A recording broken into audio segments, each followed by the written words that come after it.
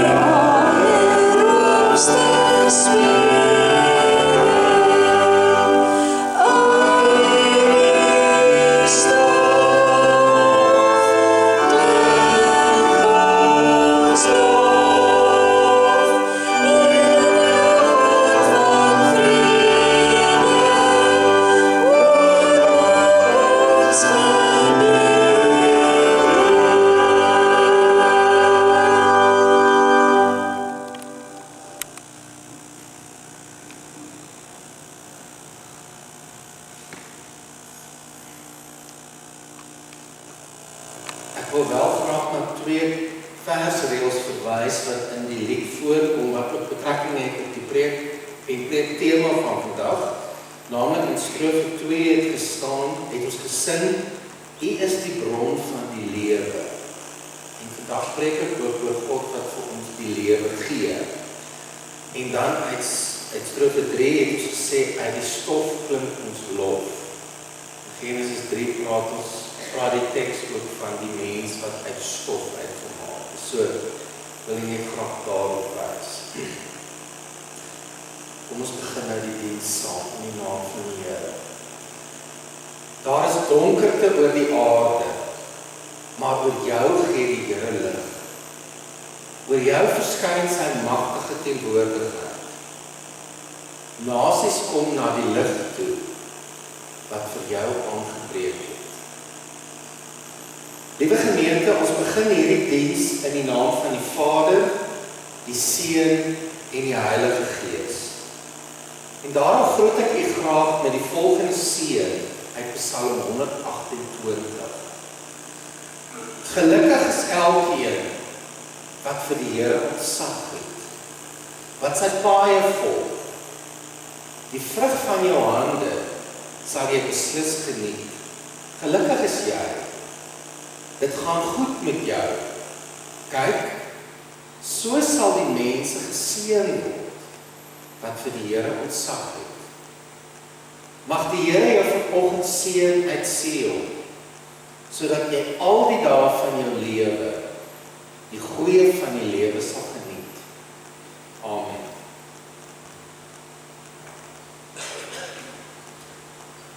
Kom ons sing weer staande 'n loflied uit Psalm 33, strofes 1 tot 2. Sing juigend, sing 'n nuwe loflied. Kom ons sing dit staande.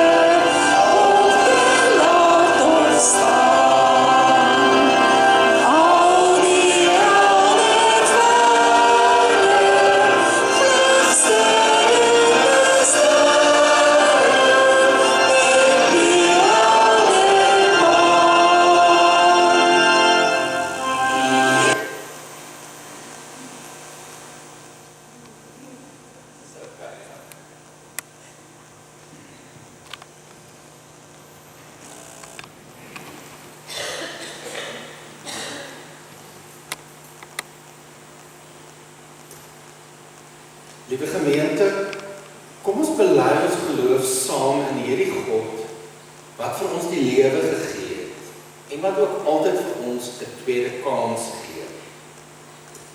Ek lees die volgende geloofsbelijdenis vir u voor.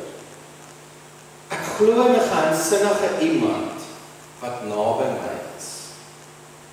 Die Here is ons God. Hy is die Here van die heersers. Hy is die Vader van sy volk wat op pad is. Hy is die skepper van die hemel en die aarde. Hy sorg vir ons. Hy sien my armsalige gespartel en gespook. Hy hou my vas en gee my weer innerlike krag. Ek het dit vele male in my lewe ervaar. As ek wegsink en meegevoer word deur die strome van die lewe, wat my na onder toe wil trek. Maar ek het ook in beslissende oomblikke in my lewe ondervind, dat ek opgetel en hoog bo die water gedra word. En altyd weer was ek oortuig dat daar iemand is wat my vashou. Iemand wat my saggies maar ferm in die arms toevou. Sy koninkryk het naby gekom in Jesus van Nasaret, ons Here. Hy het uit die dood opgestaan en roep ons om hom te volg. Ek glo in die Heilige Gees wat die nuwe lewe in ons bewerk. Hy lei ons in die waarheid. Hy wys vir ons dat ons stikkende wêreld mooi moet maak. Hy gaan saam met ons die toekoms in. Ek glo aan 'n heilige algemene Christelike kerk, die gemeenskap van die heiliges, die vergewing van sondes, die opstanding en 'n ewige lewe. Amen. Kom ons sluit ons oë in gebed voordat ons die tekslesing gaan doen en die prediking.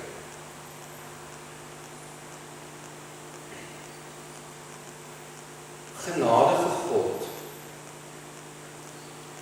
ons bely dat ons teen U in gedagte, woord en daad gesondig het.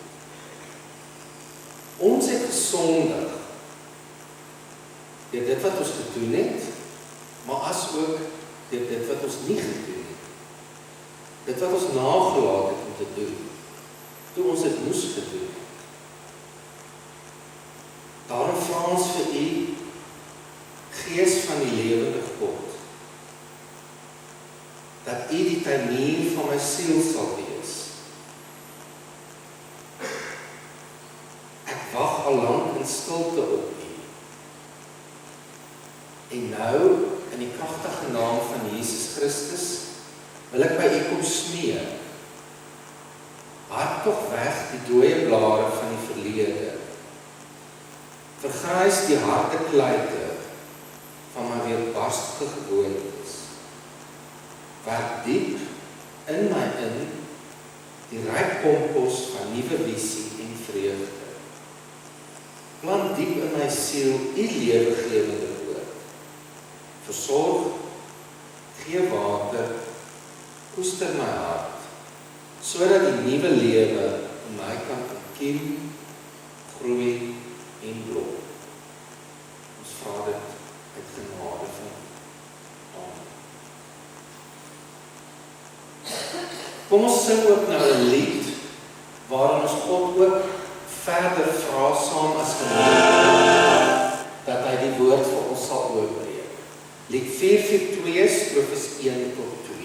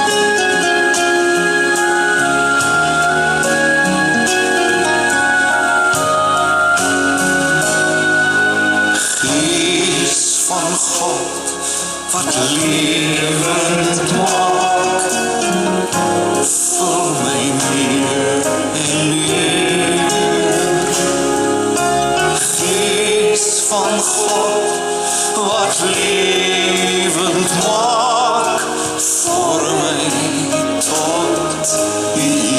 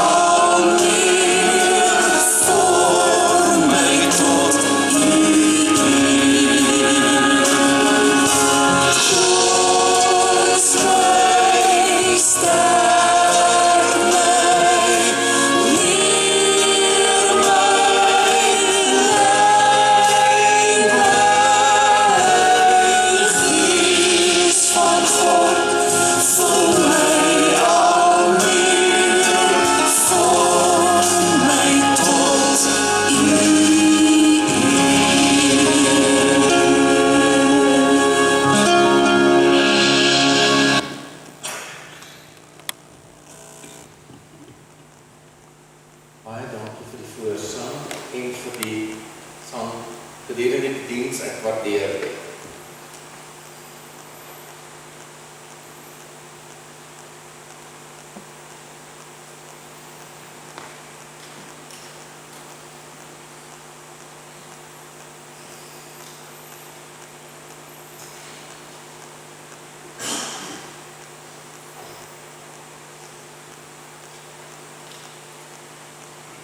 Liewe gemeente, die prediking kom vanoggend uit Genesis hoofstuk 3. Die laaste keer toe ek hier was, het ek uit Genesis 4 gepreek, oor Kain en Abel. So vandag gaan ek 'n hoofstuk bietjie vroeër, Genesis 3. En die tema is, God gee ons die geskenk van die lewe. God gee ons die geskenk van die lewe. Voordat ek egter die teks vir u gaan lees, wil ek net graag so klein bietjie agtergrond vir u gee oor die begin van die boek Genesis. Daar word gewoonlik gesê dat Genesis 1 tot 11 'n groep tekste vorm, die sogenaamde oorgeskiedenis. En dan kry ons, en dan vanaf hoofstuk 12 begin die Abraham siklus. In die begin van die boek Genesis kry ons twee skepingsverhale, twee verskillende skepingsverhale. Daar's 'n eerste skepingsverhaal in Genesis 1 wat ingedeel is volgens dae. God het op die eerste dag dit gemaak, op die tweede dag en op die 6de dag word geskep die mens na sy manlike en vroulike aard. Vers 1 vers 26. So man en vrou. Dan begin 'n tweede skepingsverhaal met 'n ander orde in hoofstuk 2 vanaf vers 4, waar aanvanklik die man, of ook in die Hebreëus Adam, wat dan as Adam sê mens gewoonlik, maar die Hebreëus sê Adam, want dit beteken ook grond. Dis dieselfde woord in Hebreëus. Grond is Adam, menende hierdie mens, hierdie man kom uit die grond uit. Dan word die diere geskep en hulle het almal maats en dan is die man alleen en hy besef die res het 'n maat, maar ek het nie 'n maat nie. Dan loop die verhaal verder. God skep ook vir hom 'n maat, naamlik 'n vrou, Eva. En daarna volg dan hoofstuk 3 die tuinverhaal, wat ons noem die tuinverhaal. En ons gaan ek met u iets deel oor die tuinverhaal. Kom ons lees eers hoofstuk 3, Genesis 3, en dan gaan ek preek.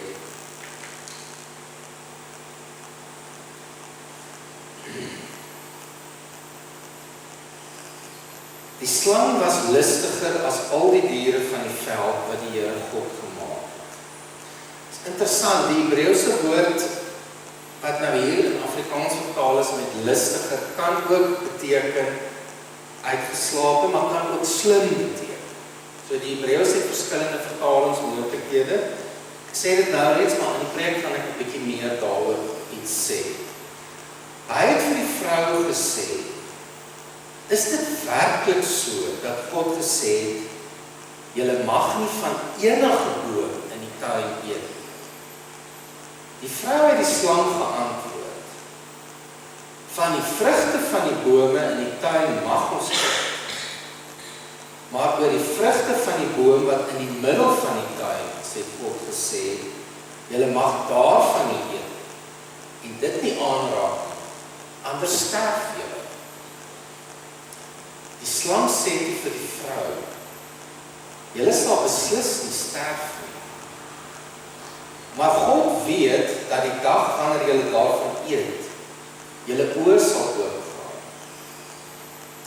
Dan sal julle word soos God, wat goed en kwaad ken.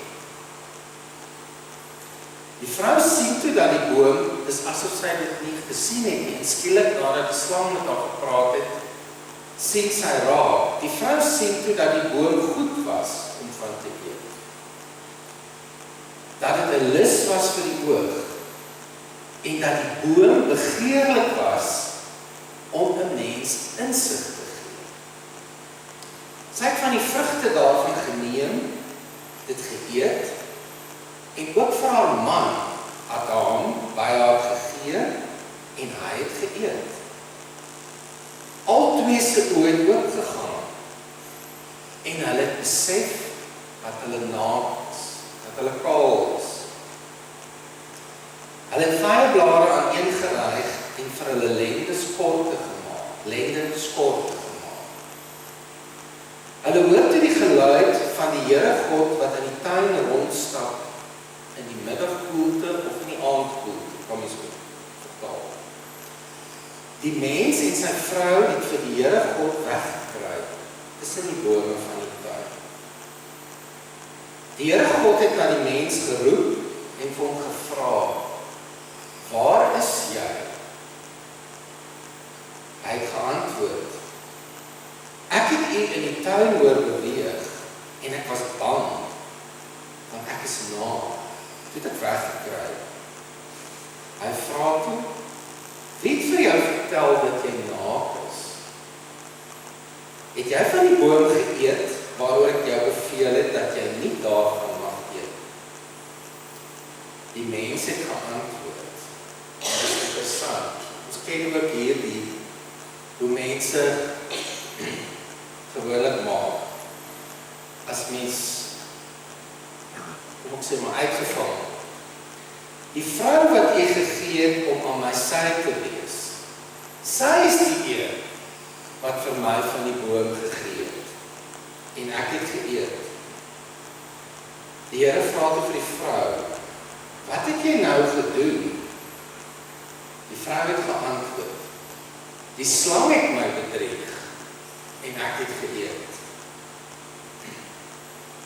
Toe sê die Here God vir die slang, omdat jy dit gedoen het, is jy vervloek onder al die magdiere, en al die diere van die veld. Op jou been sal jy seil, en stof sal jy eet, solank jy leef. Vyandskap sal ek tussen jou en die vrou stel, en tussen jou nageslag en haar nageslag. Hy sal jou kop aanval, en jy sal sy hakskeen aanval. Vir die vrou het hy gesê, ek sal jou swaar kry, met jou swangerskap baie erger maak. Met pyn sal jy kinders in die wêreld bring. Maar jou man sal jou begeerte wees, maar hy sal oor jou heers. Vir Adam het hy gesê, omdat jy geluister het na jou vrou se stem, en geëet het van die boom waarvan ek jou beveel het, jy mag nie daarvan eet nie, is die grond deur jou toedoen vervloek. Met swaar kry sal jy daarvan eet, solank jy leef. Dorings en distels sal dit vir jou laat uitsprei, en jy sal veldplante eet. Met die sweet van jou aangesig sal jy jou brood eet, totdat jy terugkeer na die grond, want daaruit is jy geneem, Adam, Adama. Ja, stof is jy, en tot stof sal jy terugkeer. Die mens het sy vrou Eva geneem, want sy is die een wat die moeder geword het van almal wat lewe. Hier is 'n klein voetnootjie in hierdie vertaling 20 wat sê Eva beteken, die naam Eva beteken lewe. Waarom ook die tema van my prediking, God wat die lewe vir ons gee. Die mens het sy vrou Eva genoem, want sy is die een wat die moeder geword het van almal wat lewe. Die Here God het daarna vir die mens en sy vrou rokke van vel gemaak, en dit vir hulle aangetrek. Toe sê die Here God, kyk, die mens het soos een van ons geword, deur goed en kwaad te ken. Nou moet hy net sy hand uitsteek en ook van die boom van die lewe neem en eet, en vir altyd bly lewe. Die Here God het hom toe weggestuur uit die tuin van Eden, om die grond waaruit hy geneem is, waaruit hy gemaak is, te gaan bewerk. Hy het uitgedryf en aan die ooste kant van die tuin van Eden geribs laat woon, met 'n flikkerende swaard wat heen en weer beweeg, om die pad na die boom van die lewe te bewaar. Tot sover.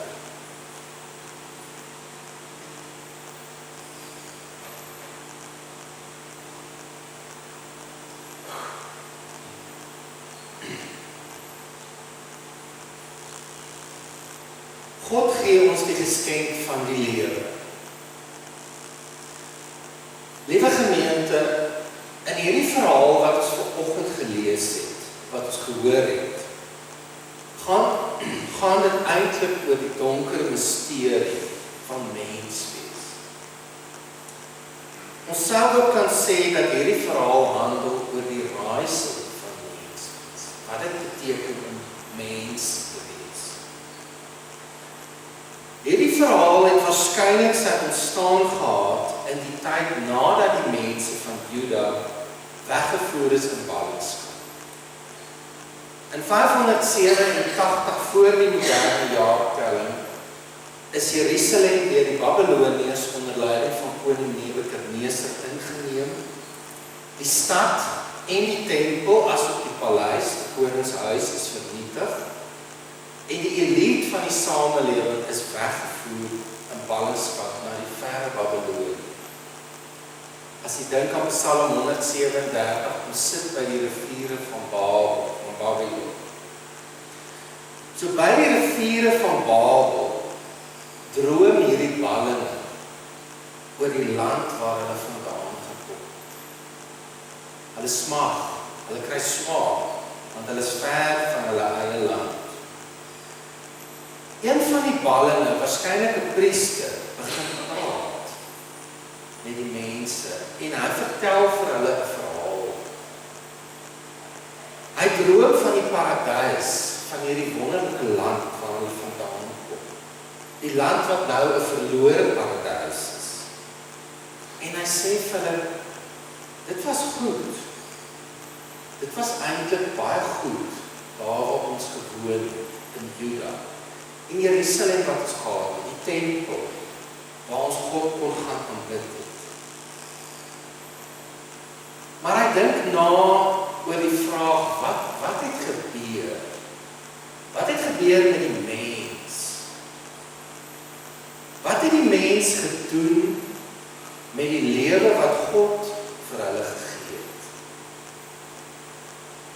Wat het die mens gedoen met die goeie wat God vir hulle gegee het? Wat doen die mens met die lewe en die goeie geskenk van God, dat het ongelukkig nie altyd goed afloop met die mens? Oor hierdie vraag het die verteller van hierdie verhaal nagedink, diep nagedink, en vertel en skep 'n verhaal waarin hy probeer om hierdie vraag te beantwoord. Ons moet miskien net onthou of 'n gedagte hou dat dit 'n verhaal is. En die doel van die verhaal is om nie te beweer dat daar 'n tyd bestaan het toe alles goed was, totdat die eerste mensepaar bederf het. Die wêreld, of nog duideliker gestel, die mensdom, mens kan sê helaas, was nog nooit beter gewees as wat hulle nou is. Die mens was maar altyd ongelukkig, soos wat die mens